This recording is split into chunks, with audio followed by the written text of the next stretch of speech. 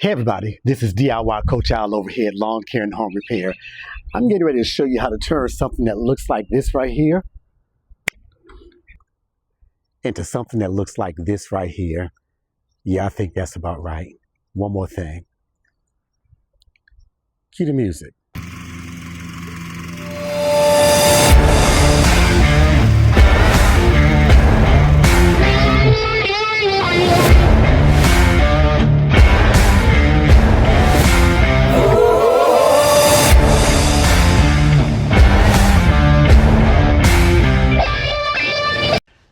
Alrighty, so this project here is very simple.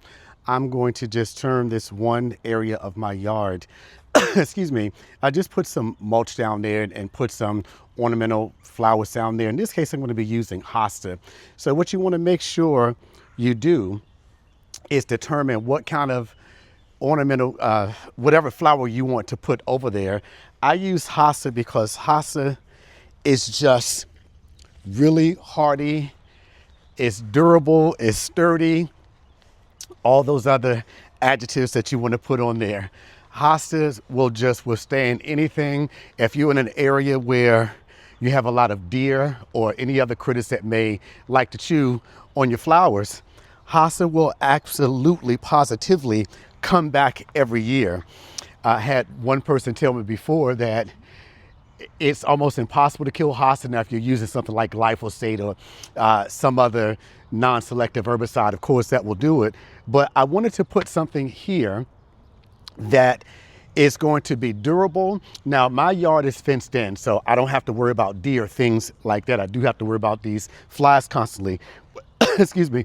But you want to make sure that you dig your hole deep enough to where you want your flowers to go in, and whatever kind of arrangement you want to put them in, you just want to make sure you have your hole dug down far enough so that when you put them in, they're sitting right where you want them to sit.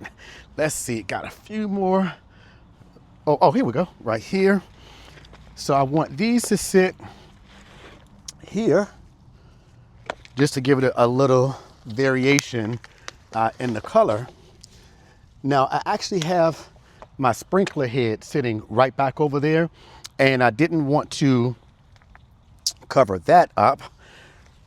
So I pushed it out far enough where I know the sprinkler head will just shoot right over that, and everything is exactly where I want it to be. Now, the next thing is basically just putting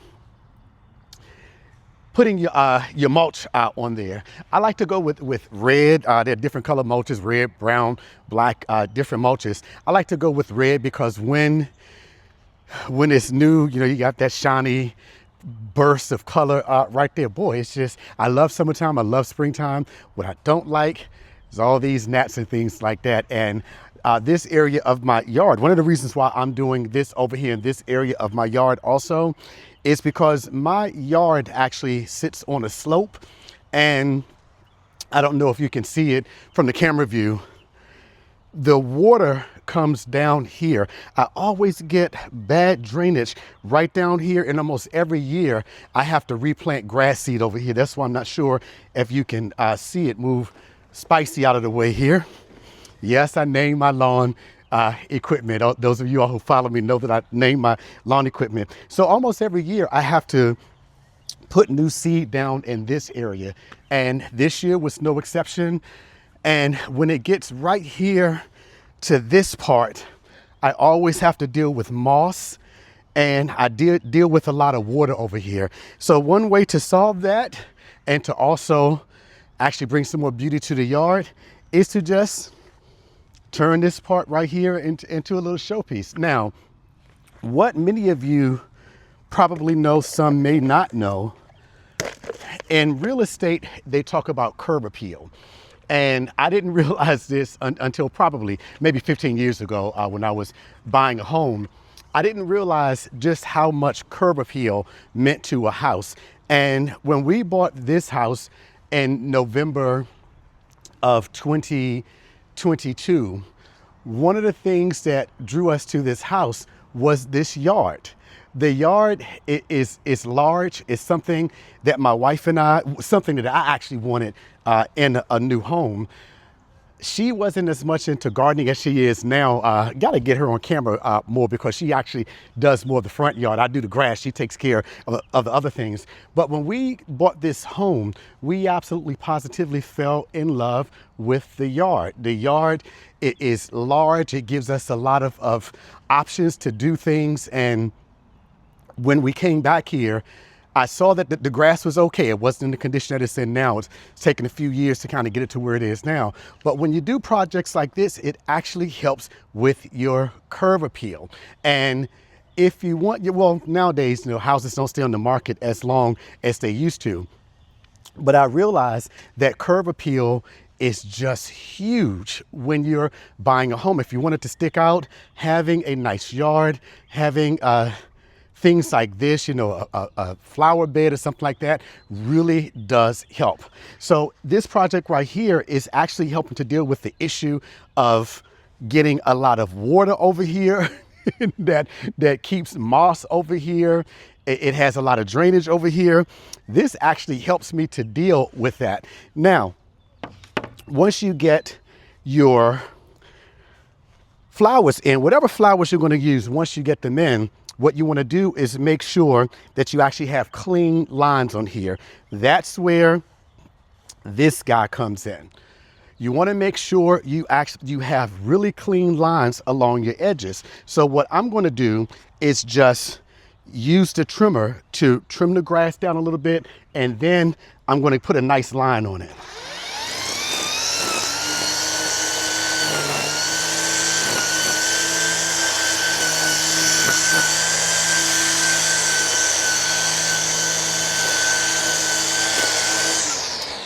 Okay, so I got it trimmed down. Now, I have to say this, whenever you're doing lawn care, I work on cars, I do home repair, I work with very powerful tools.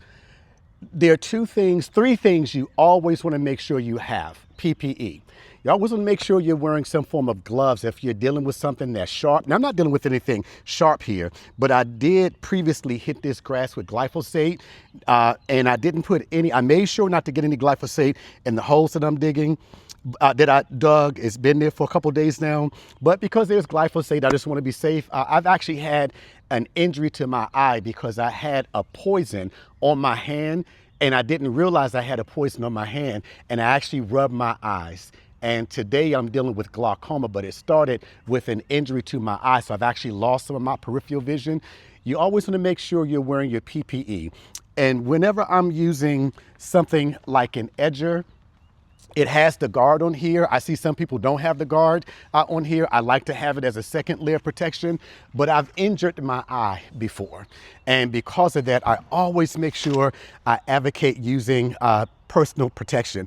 I teach classes on how to do things like finishing your basement, doing electrical and things like that. And I always make sure I tell my students, you always want to make sure that you have PPE, because as the saying goes, an ounce of prevention is really worth a pound of cure. Excuse me. And when I was putting the toilet in my basement, I had some ceramic tile that had actually broken, and anybody who's ever dealt with ceramic tile, it can be razor sharp.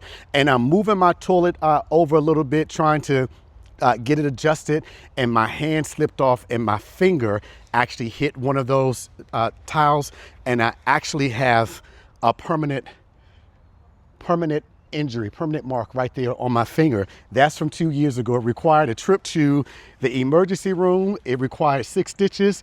And if there's one thing that you want to know about DIY Coach Al, who's also the friendly neighborhood therapist, is that I don't like needles. And when I injured this, I actually came upstairs. You can't see my wife, she's up there now. I came upstairs and showed her. I tried to put a bandage on it, but the blood was just oozing out.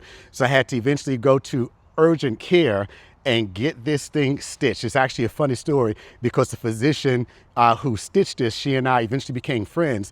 And I am a pure child when it comes to things like needles and things like that. I almost wanted general anesthesia to put me under just to get 6 stitches. So once again, your PPE is really, really, really Really important. I can't emphasize that enough. You always want to protect your eyes. You always want to protect your hands, and you want to protect your ears. If you're working with equipment that makes a lot of noise, you guys know as we get older, we start to lose our taste buds, we start to lose our memory, and we start to lose our hearing. The last thing you need is to be working around loud equipment and you're not protecting your ears. When I'm doing carpentry work, I use what's called a ramset. It's literally a gun that shoots nails into concrete, and it takes a 22 caliber cartridge, and it's just as loud as when I'm going to the gun range. So whenever I'm doing my classes, I always make sure my students bring eye protection, hand protection, and ear protection. So now, and I'm outside, so the sound is really dispersed. So you've already got the grass cut down low right here. The next thing I'm going to do is now the edging, because this is a tap and feed, but because I'm not around concrete, I'm going to pull that out a little bit. So I got this part, cut it low.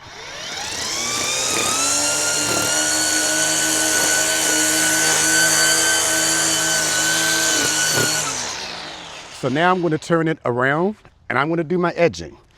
And this I actually have, this is a Ryobi. I've told you before, Ryobi is not a brand that you get if you're going to be doing this for a living. You know, you're going to cut people's grass and things like that. But for the average homeowner, this is perfect. But I also have an Eagle. I'll be doing a product review on that in a few weeks. But I find that this one, I can actually see the line a lot better. And I can see the trimmer string a lot better. And being able to see the trimmer string, it allows me to have a more precise trim line.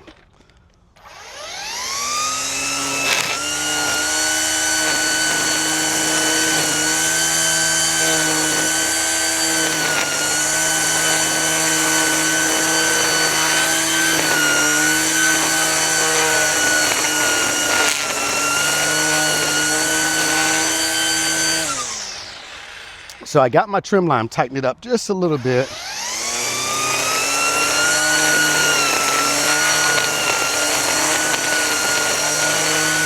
Just a little more. Okay, now what I did right here, I created a trench. Now that I have my trench here, when I put my mulch in, you see a lot of people who actually have a guard, a barrier, so that the mulch and the grass don't connect. I actually prefer to have a nice trench line. That way the mulch kind of seamlessly flows into the grass. So I got a nice trench here, and I have it at an angle at about maybe a 30 degree, 35 degree angle. So I got my trim line here. I already used my glyphosate to kill that area over there. Now, as I said, the only thing you need to do is decide what color mulch you want to use. Now I have black mulch in one area in my yard, but I realized, like I said before, I think the red makes it pop a little more. So I'm going to actually go ahead and do red over here. If you're going to do a project like this, you usually save money when you buy these in bulk. You can get them from any of your big box stores. You can get them from Ace Hardware. You can get them from any nursery. If you're going to do a huge project, you can go to nurseries, and they actually, if you have like a truck or a pull behind for your truck, you can actually get this in bulk and save even more money. So basically we got that. And I'm going to go in the trench because, like I said, I put glyphosate over here. You hit that glyphosate, you walk on it, then you walk in your grass, you're going to kill your grass. So we just have our mulch.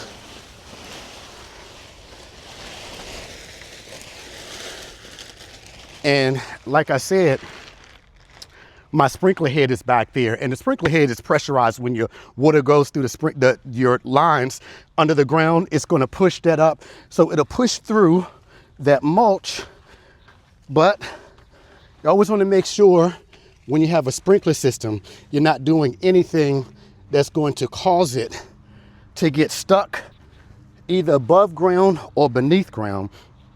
The other benefit of doing this right here, my yard backs up to the woods, and I actually have snakes that can come from out there. And when I've been cutting my grass before, I've seen snakes along just the perimeters. Cutting this down, not having any grass over there, that's why I try to keep my edges cut. Cutting this down, not having any grass over there, it's no place for the snakes to hide. Not afraid of them, but it's just a little unnerving seeing snakes. In this area, we primarily have the rat snakes or garden snakes. They're not harmful. They're actually friendly to the environment. But Cutting this down means that I don't have to deal with that snake issue. So once again, just gonna put a couple bags over here and got this over here. I like to go heavy on the mulch because I want to make sure my trenches have mulch in it also. So I'm just going to spread this around, make sure my trenches have it. May have to go with a third bag. And you guys, I'm sure you've done this before when you're doing things in your home. And I may have to go with a third bag. So I'm glad I actually went to the store this morning and picked up some extra bags. Yeah, I'm gonna go with a third bag. But already you can see that this is looking a lot better than it did before. It does have that curb appeal. And like I said, I have a lot of people who are real estate agents I know. They say, Alfonso, people decide whether they want a home or not when they come on the inside, but it's what they see on the outside.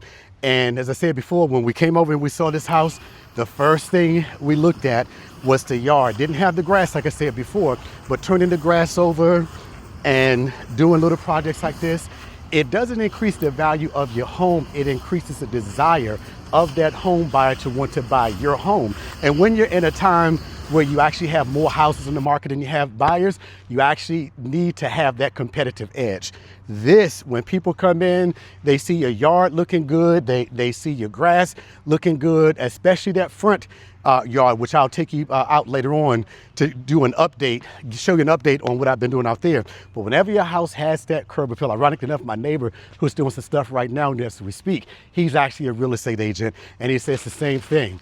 If you want to have that curb appeal, something like this project, this hosta was literally $4 each. Have 5 in here, that's $20. Each bag of mulch was $4. I'm gonna put 3 bags here, that's $12. So this is $32, which would actually, if I were in the market to sell my home, that $32 would actually give me a competitive edge. So I'm gonna just come back and put a third bag of mulch down here, and then I'm gonna come back and show you the finished product. Be right back.